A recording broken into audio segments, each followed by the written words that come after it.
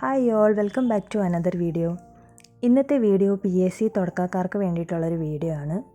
ഞാൻ നേരത്തെ ഒരു വീഡിയോ PSC എങ്ങനെ പഠിച്ചു തുടങ്ങണം എന്നതിനെക്കുറിച്ചൊക്കെ ചെയ്തിട്ടുണ്ടായിരുന്നു. എന്നാലും കുറച്ചും കൂടി ഡീറ്റെയിൽസ് ആഡ് ചെയ്തിട്ട് പുതിയൊരു വീഡിയോ ചെയ്യണം തോന്നി. അതുകൊണ്ടാണ് ഇപ്പോൾ ഇങ്ങനെ ഒരു വീഡിയോ അപ്ലോഡ് ചെയ്തത്. PSCനെ കുറിച്ചിട്ട് ഒട്ടും അറിയാത്ത ഒരാൾക്ക് വേണ്ടിയിട്ട് ബേസിക് തൊട്ടുള്ള കാര്യങ്ങളാണ് ഞാൻ പറയുന്നത്. PSC പഠിക്കാൻ ആഗ്രഹിക്കുന്ന ഒരു ആൾ ആദ്യം ചെയ്യേണ്ടത് PSC പ്രൊഫൈൽ ക്രിയേറ്റ് ചെയ്യുക എന്നുള്ളതാണ്. PSC പ്രൊഫൈൽ ക്രിയേറ്റ് ചെയ്യാനുള്ള വെബ്സൈറ്റാണ് ഇപ്പോൾ നിങ്ങൾ ഈ സ്ക്രീനിൽ കാണുന്നത്. അതിൽ കയറിയിട്ടാണ് നമ്മൾ പ്രൊഫൈൽ ക്രിയേഷൻ ചെയ്യേണ്ടത്. അതുവഴിയാണ് ആപ്ലിക്കേഷൻസ് ഒക്കെ നമുക്ക് കൊടുക്കാൻ പറ്റുന്നത്. പിന്നെ പുതിയ എന്തെങ്കിലും നോട്ടിഫിക്കേഷൻസോ ഒക്കെ വന്നിട്ടുണ്ടെങ്കിൽ നമുക്ക് അതിൻ്റെ ഹോം പേജിൽ കയറുമ്പോൾ അറിയാൻ പറ്റും. അങ്ങനെയാണ് നമ്മൾ എക്സാമിന് അപ്ലൈ ചെയ്യുന്നതും കൺഫർമേഷൻ കൊടുക്കുന്നതും ഹോൾ ടിക്കറ്റ് ഡൗൺലോഡ് ചെയ്യുന്ന എല്ലാ കാര്യങ്ങളും അറിയാൻ പറ്റുന്നൊരു വെബ്സൈറ്റാണ് PSC തുളസി എന്ന് പറയുന്നത്. PSC പ്രൊഫൈൽ ക്രിയേറ്റ് ചെയ്ത് കഴിയുമ്പോൾ എല്ലാവർക്കും വരുന്നൊരു ഡൗട്ട് ഇനി എങ്ങനെ പഠിക്കും എന്നതിനെ കുറിച്ചിട്ടാണ്. എൻ്റെ ഒരു അഭിപ്രായത്തിൽ PSC പഠിച്ചു തുടങ്ങുന്ന ഒരാൾ സെൽഫ് സ്റ്റഡിക്ക് പോകാതെ ഏതെങ്കിലും ഒരു ഓഫ്ലൈനായിട്ടുള്ള കോച്ചിങ് സെൻറ്ററിൽ പോയി ജോയിൻ ചെയ്യുക. ഓഫ്ലൈനായിട്ട് പോകാൻ പറ്റാത്തവരാണ് നിങ്ങളെങ്കിൽ ഓൺലൈനായിട്ടും പഠിക്കാവുന്നതാണ്. ഇപ്പോൾ ഒരുപാട് ഓൺലൈൻ ആപ്ലിക്കേഷൻസ് അവൈലബിൾ ആണ്. അതിൽ ജോയിൻ ചെയ്ത് പഠനം സ്റ്റാർട്ട് ചെയ്യാവുന്നതാണ്. എനിക്കും ഓഫ്ലൈനായിട്ട് പോകാൻ പറ്റാത്തതുകൊണ്ട് ഞാനും ഓൺലൈനായിട്ടാണ് പഠിക്കുന്നത്. പക്ഷേ എപ്പോഴും നമ്മളൊരു ബേസ് സെറ്റാക്കിയിട്ട് സെൽഫ് സ്റ്റഡി സ്റ്റാർട്ട് ചെയ്യുന്നതായിരിക്കും നല്ലതെന്നാണ് എനിക്ക് തോന്നിയിട്ടുള്ളത്. കാര്യം നമുക്ക് PSC എന്താണെന്നും എങ്ങനെയാണ് ക്വസ്റ്റ്യൻ ചോദിക്കുന്നതും ഏതൊക്കെ രീതിയിലാണ് എക്സാം നടക്കുന്നതെന്നും എന്നതിനെക്കുറിച്ചൊന്നും നമുക്കൊരു ഐഡിയ ഇല്ല. അപ്പോൾ ഒരു ബേസൊക്കെ സെറ്റായി കഴിഞ്ഞിട്ട് നമുക്ക് സെൽഫ് സ്റ്റഡി സ്റ്റാർട്ട് ചെയ്യാവുന്നതാണ്. അതായത് കുറച്ച് നാളൊക്കെ പഠിച്ച് കഴിയുമ്പോൾ നമുക്ക് തന്നെ മനസ്സിലാവും ഇനിയിപ്പം എനിക്ക് സ്വന്തമായിട്ട് പഠിക്കാൻ പറ്റുമെന്ന്. അങ്ങനെയുള്ളൊരു സാഹചര്യം എത്തുമ്പോഴത്തേക്ക് നമുക്ക് സ്വന്തമായിട്ട് പഠിക്കാവുന്നതാണ്. അതല്ലാതെ ആദ്യമേ തന്നെ സെൽഫ് സ്റ്റഡി സ്റ്റാർട്ട് ചെയ്യുന്നതിനെ കുറിച്ചിട്ട് എനിക്ക് അത്ര നല്ല അഭിപ്രായമില്ല. ഇത് എൻ്റെ പേഴ്സണൽ എക്സ്പീരിയൻസ് വെച്ചിട്ട് പറയുന്നതാണ്. കാര്യം നമ്മൾ ഒരുപാട് സോഴ്സുകൾ തേടിപ്പോവും. അപ്പോൾ നമുക്ക് വെറുതെ കുറേ സമയമൊക്കെ അങ്ങനെ പോവും. ഇതാകുമ്പം കോച്ചിങ് സെൻറ്റർ വരെ നമുക്ക് നല്ലൊരു ബേസ് സെറ്റാക്കി തരും. അത് കഴിഞ്ഞിട്ട് നമുക്ക് പതുക്കെ സെൽഫ് സ്റ്റഡിയിലോട്ട് മാറാമല്ലോ. ഞാൻ പറഞ്ഞത് എൻ്റെ ഒരു അഭിപ്രായം മാത്രമാണ്. ഇതല്ല നിങ്ങൾക്കിനി സെൽഫ് സ്റ്റഡിയിലാണ് കൂടുതൽ ഇൻട്രസ്റ്റ് എങ്കിൽ ഒരുപാട് സോഴ്സ് യൂട്യൂബിലും അതുപോലെ തന്നെ ടെലഗ്രാം ചാനൽസിലൊക്കെ അവൈലബിൾ ആണ്. അതൊക്കെ നോക്കി നമുക്ക് പഠനം സ്റ്റാർട്ട് ചെയ്യാവുന്നതാണ്. ഇനി എങ്ങനെ പഠിക്കണം എന്നതിനെക്കുറിച്ചൊക്കെ ഡിസൈഡ് ചെയ്ത് കഴിഞ്ഞാൽ അടുത്തതായിട്ട് നമ്മൾ ചെയ്യേണ്ടത് ഒരു സിലബസിൻ്റെ പ്രിൻ്റ് ഔട്ട് എടുത്ത് വെക്കുക എന്നുള്ളതാണ്. അതായത് എന്താണ് നമ്മൾ പഠിക്കേണ്ടതെന്ന് നമുക്ക് ആദ്യം അറിയണമല്ലോ.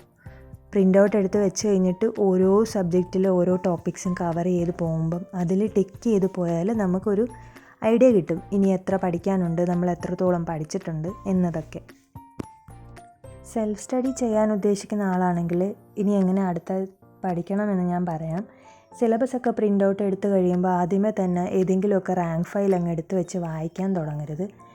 ആദ്യം നമ്മൾ ചെയ്യേണ്ടത് SCERT ടെക്സ്റ്റ് ബുക്കൊക്കെ വായിച്ച് തുടങ്ങണം. എന്നാലേ നമുക്ക് കാര്യങ്ങൾ സിമ്പിളായിട്ട് മനസ്സിലാക്കാൻ പറ്റത്തുള്ളൂ. അതൊക്കെ പതുക്കെ വായിച്ച് കഴിഞ്ഞിട്ട് ടോപ്പിക്ക് വൈസ് റാങ്ക് ഫയലിലുള്ള കാര്യങ്ങളും അതുപോലെ തന്നെ യൂട്യൂബിലൊക്കെ അവൈലബിൾ ആയിട്ടുള്ള സോഴ്സൊക്കെ നോക്കിയിട്ട് കാര്യങ്ങളൊക്കെ പതുക്കെ പഠിച്ചെടുക്കണം.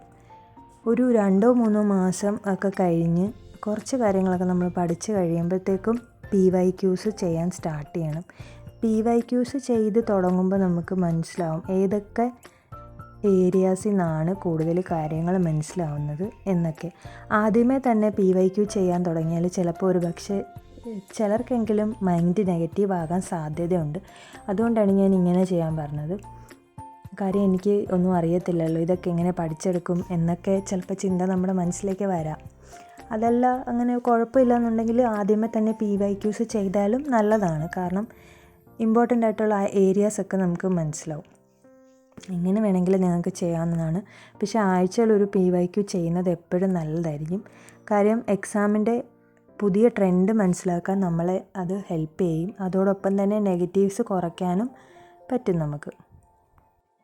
ചിലപ്പോൾ ആദ്യമൊക്കെ PYQs ചെയ്ത് തുടങ്ങുമ്പോൾ നമുക്ക് 5 മാർക്കായിരിക്കും 10 മാർക്കായിരിക്കും കിട്ടുന്നത്. അതൊന്നും കണ്ട് മൈൻഡ് നെഗറ്റീവ് ആക്കരുത്. കാരണം എല്ലാവരും ഇങ്ങനെയൊക്കെ തന്നെയാണ് സ്റ്റാർട്ട് ചെയ്യുന്നത്. പിന്നെ പതിയെ പതിയാണ് നമ്മുടെ മാർക്ക് കൂടി വരുന്നത്. ഇതൊക്കെ കണ്ടിട്ട് എനിക്കിനി ഇതൊക്കെ പറ്റുമോ അങ്ങനെയൊന്നും ചിന്തിച്ച് മൈൻഡ് നെഗറ്റീവ് ആക്കാൻ പോകരുത്. അടുത്തതായിട്ട് എനിക്ക് പറയാനുള്ളത് PSC എക്സാമിനെ കുറിച്ചിട്ടാണ്.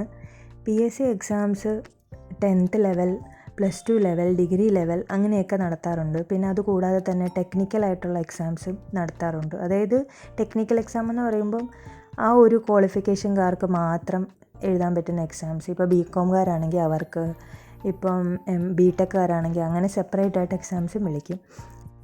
ഏതൊരു എക്സാമിന് പ്രിപ്പയർ ചെയ്താലും ജനറൽ PSC എക്സാംസിന് കുറേ കോമൺ ആയിട്ട് ടോപ്പിക്സ് വരും. അപ്പോൾ അത് നമ്മൾ സിലബസ് നോക്കുമ്പോൾ നമുക്ക് മനസ്സിലാവും. മാത്സ്, മലയാളം, ഇംഗ്ലീഷ് പോലുള്ള സബ്ജക്ട്സ് മിക്ക PSC എക്സാംസിനും വരുന്നതാണ്. അപ്പോൾ SCRT ബേസ് സെറ്റ് ചെയ്യുന്നതിനോടൊപ്പം തന്നെ ഈ 3 സബ്ജക്ട്സും കാര്യമായിട്ട് തന്നെ എല്ലാ ദിവസവും പഠിച്ചു പോകണം. ഈ 3 സബ്ജക്ട്സിനും ഒരു സ്ട്രോങ് ബേസ് ആയിക്കഴിഞ്ഞാൽ ഏതൊരു എക്സാമിനും നല്ല രീതിയിൽ തന്നെ മാർക്ക് സ്കോർ ചെയ്യാൻ പറ്റും. അപ്പോൾ എല്ലാ ദിവസവും മാത്സും ഇംഗ്ലീഷും മലയാളം പഠിക്കാനായിട്ട് പ്രത്യേകം ശ്രദ്ധിക്കണം. പിന്നെ അടുത്തതായിട്ട് പഠിക്കേണ്ടത് കറണ്ട് അഫെയർസാണ്. കറണ്ട് അഫെയർസും ഈ 3 സബ്ജക്ട്സിനോടൊപ്പം തന്നെ ഡെയിലി അപ്ഡേറ്റ് ചെയ്ത് പോകേണ്ട ഒരു കാര്യമാണ്. കാര്യം അതിനകത്ത് വരുന്ന ഒരുപാട് കാര്യങ്ങൾ നമുക്ക് ഒന്നിച്ച് എക്സാമിൻ്റെ ടൈം എടുക്കുമ്പോഴത്തേക്കും കംപ്ലീറ്റ് ചെയ്യാൻ പറ്റത്തില്ല. അപ്പോൾ അതാത് ദിവസം പത്രം വായിച്ചോ അല്ലെങ്കിൽ യൂട്യൂബ് ചാനൽ വഴിയോ ടെലഗ്രാം ചാനൽ വഴിയോ ഒക്കെ കറണ്ട് അഫെയർസ് അപ്ഡേറ്റായി തന്നെ പോകണം. അപ്പോൾ ഇത്രയൊക്കെ കാര്യങ്ങളാണ് PSC തുടങ്ങുന്ന ഒരാൾ ശ്രദ്ധിക്കേണ്ട കാര്യങ്ങൾ. ഇനി ഇതിൽ എന്തെങ്കിലും ഞാൻ വിട്ടുപോയിട്ടുണ്ടെങ്കിൽ കമൻസിൽ നിങ്ങൾക്കും പറയാവുന്നതാണ്. എൻ്റെ വീഡിയോസ് ഇഷ്ടപ്പെട്ടാൽ ചാനൽ സബ്സ്ക്രൈബ് ചെയ്യാൻ മറക്കല്ലേ. എന്തെങ്കിലും ഡൗട്ടോ കാര്യങ്ങളോ പറയാനോ അല്ലെങ്കിൽ എന്തെങ്കിലും നിങ്ങൾക്ക് സജഷൻസ് തരാനോ ഉണ്ടെങ്കിൽ കമൻസിൽ പറയാം. നിങ്ങളുടെ കമൻസാണ് എന്നെ വീണ്ടും വീഡിയോ ചെയ്യാനായിട്ട് മോട്ടിവേറ്റ് ചെയ്യുന്നത്. അതുകൊണ്ട് എല്ലാവരും കമൻറ്റ് ചെയ്യണേ. പുതിയൊരു വീഡിയോയിൽ നമുക്ക് കാണാം. ബൈ. Thank you.